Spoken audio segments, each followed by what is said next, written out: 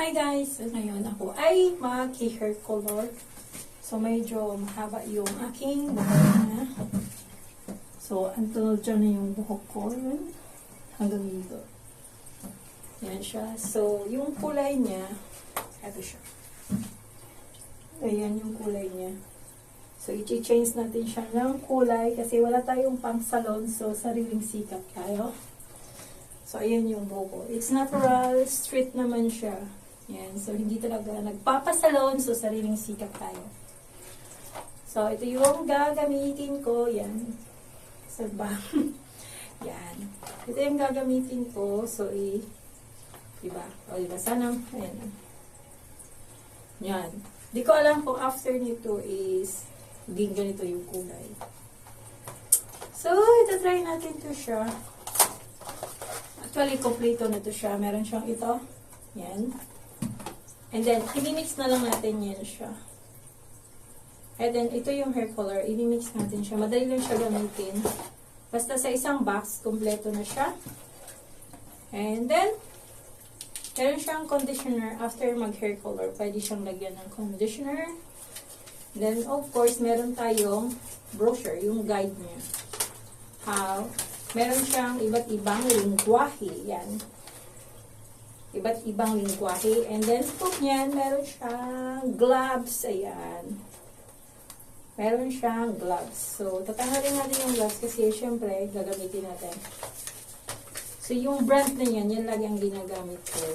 Pero, first time ko, gumamit ng ganyang kulay kasi, ang ginagamit ko talaga is yung ganito. Look. It's brown. Yan siya.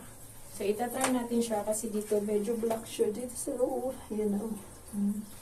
Ayan, so straight hair po talaga yan siya. Ayan. Hindi naman siya masyadong straight, pero straight po. Straight. Hindi masyadong straight, pero straight. So, ganyan po talaga yung hair ko. So, sobrang haba na niya. So, igugupit ko rin po siya. Siguro, ikulay ko siya hanggang, I think, ikukulay ko naman siya lahat. Pero hanggang, itry ko lang muna. Pero kasi, gugupitin ko rin siya ng, I think, hanggang dito. Yes. Ayan siya. So, i-let go na natin to siya. So, ewan ko. Yan, basta. Ano natin siya. Gugupitin ko siya. Pero, after pagkulay na lang, siguro after 2 days o 3 days yan. Gugupitin natin. Diba? So, ayan, mag-start na tayo ng kulay. Start tayo na siya ng kulay. Wait. So, tatanggalin natin itong gloves.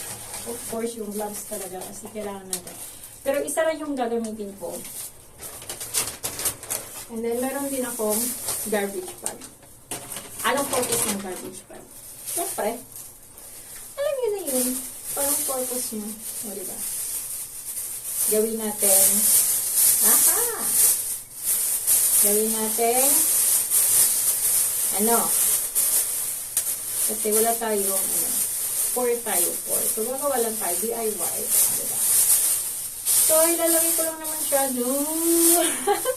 At itatapon niya na ako, diba? So, yan lang po siya. Yan. Yan lang natin siya para lumabas yung ating kamay at sa likod ng itong plastic. Ganyan. Yan. Patang paraan. Kung gusto mong gumanda, ititiis ganda. O diba? Ganyan lang. Ganyan. Ganyan. Ayan. See? Very easy. Ganyan lang siya. Yan. So, mag-start na tayo. Siyempre, imimix ko ito. Ayan. I-shake muna natin bago natin i-mix. So, diba? Ang dali-dali lang niya. Shake, shake, shake. And then, isasalin natin ito dito. Baka kasi kumano eh. Ayan. So, ito siya. Isalin natin siya dito. Yan. Kita nyo? Kita nyo? Ayan. Yan siya.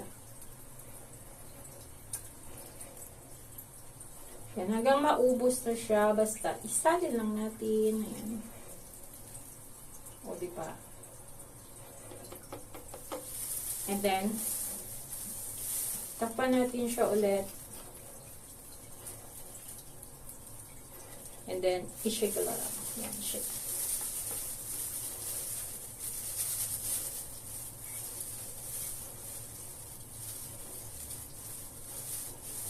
Natin siya ng mabuti para mag-mix talaga yung kulay. So, madali lang naman siya. And then, mag-i-start na tayo. O, diba? Ang bilis. So, ayan. Tapos natin siyang i-shake. So, yung sa dulo, ayan. Yung dulo niyan. Ayan siya. Cut lang natin siya kasi dyan lalabas yung ayan. So, dyan siya lalabas. Yan siya. Sa bang kami. Ayan. So, mag-i-start na tayo. So, ang gagawin ko, side by side tayo. Dito tayo mag-start. Siyempre yung gloves natin, dito sa kabila siya kasi ito yung kahawak niya. Ito yung gloves. So, yeah. Tingnan natin yung ano niya.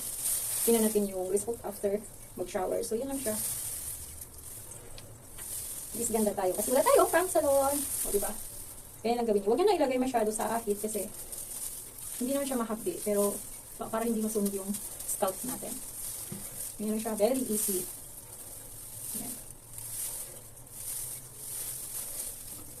Yan, dito ulit. Yan siya. Hanggang matapos dito na side, balik-balikin nyo lang. Damihan na natin kasi makapal yung buhok ko. Yan siya. And then, suklay nyo lang. Diba? And then, dito ulit siya. Oh, tapusin lang siya hanggang dulo. And then, another side ulit tayo.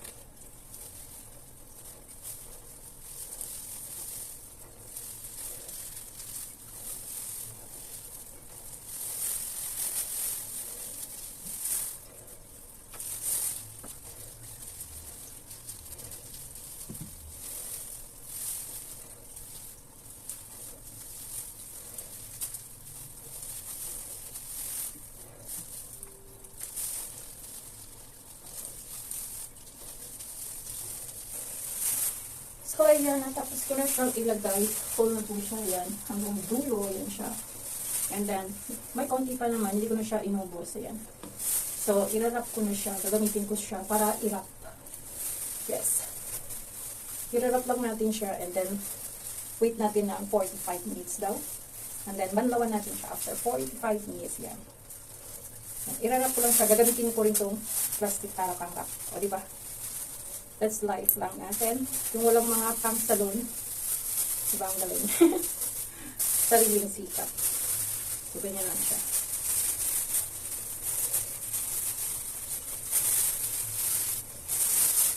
Yeah. So, yan na siya. So, narap mo na siyang ganyan. So, i-wait natin siya ng 45 minutes. And then, banlawan natin. And then, ipapakita ko sa iyo kung yung kulay niya is nag-effect ba yung pagkulay ko sa buhok ko. So, let's wait after 45 minutes. O, diba? Ganyan lang siya. Very easy. So, yan. Wait natin after 45 minutes. So, yan ang bag. So, ayan, magbabanlaw na nga tayo. At isusuot natin yung ating gloves again. Yan, and then yung conditioner natin. Ito yung conditioner kanina. So, hindi tayo mag-shampoo. So, ito yung gagamitin natin, yung conditioner. Yan, so, inopen ko na siya. So, ayan nga, tayo mag-start na magbanlawan. Ayan, dito tayo magbabanlaw. Tatagalin natin. So, ating nasa gulit. Ayan. Dito lang tayo. Ayan, gagdan ko siya ng hot water. Yes, hot water. So, dahil ko siya.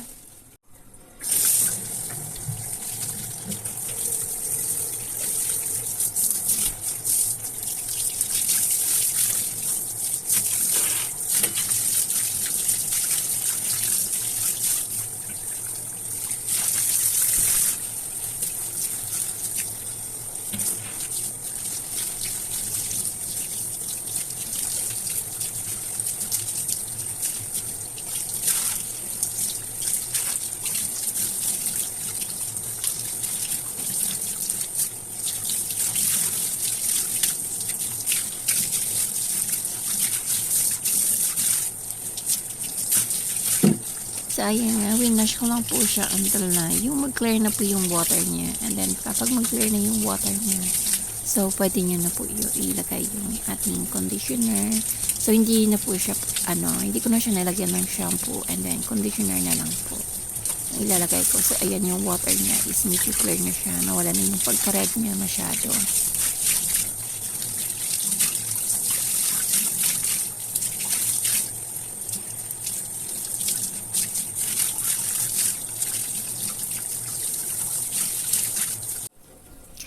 So, ayan na nga, nilagay ko na nga yung conditioner niya and then, ibababad ko lang siya sa conditioner, yung parang imamassage ko siya ng mga 5 minutes para lumambot po siya, para maganda po yung results niya. So, ayan siya, ganyan po kahaba siya.